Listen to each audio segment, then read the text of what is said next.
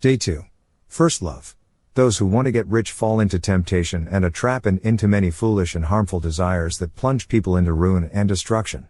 For the love of money is a root of all kinds of evil. Some people, eager for money, have wandered from the faith and pierced themselves with many griefs. 1 Timothy 6:9-10 NIV. I think most of us read this passage and immediately think, "Go, Paul." You tell them. Those rich people need to stop being so greedy. The last thing we think is that this applies to us. Paul is talking to you and me. So let's be careful not to pass this off too fast, but think about what Paul is saying for a moment. First, you and I can be emotionally attached to money.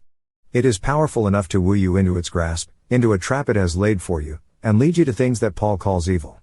In fact, he says when you love money, that takes root in your life and ultimately it will bear bad fruit.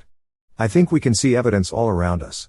You probably know of marriages that are on the brink of falling apart, or have fallen apart, over the pursuit of riches.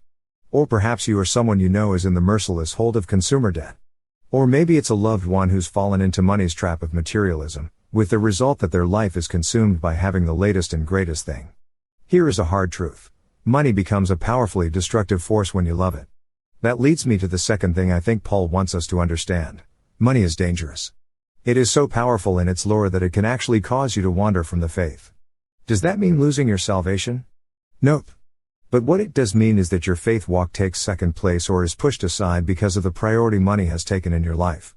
God is important to you, but not as important as your financial condition. You need to treat money like it's an electrically charged wire. If you grab onto it, it will burn you. Which brings me to the third thing this passage teaches us. Loving money can lead to an extremely painful life. The joy it promises turns to excruciating pain as it fails to deliver the pleasure and security it falsely promises. The language here is vivid, as those who love money have pierced themselves with many griefs. Painful, self-inflicted wounds. Who or what is your first love? Only Jesus can fulfill that role without disappointment. And money will always fail you. But people who long to be rich fall into temptation and are trapped by many foolish and harmful desires that plunge them into ruin and destruction. For the love of money is the root of all kinds of evil. And some people, craving money, have wandered from the true faith and pierced themselves with many sorrows.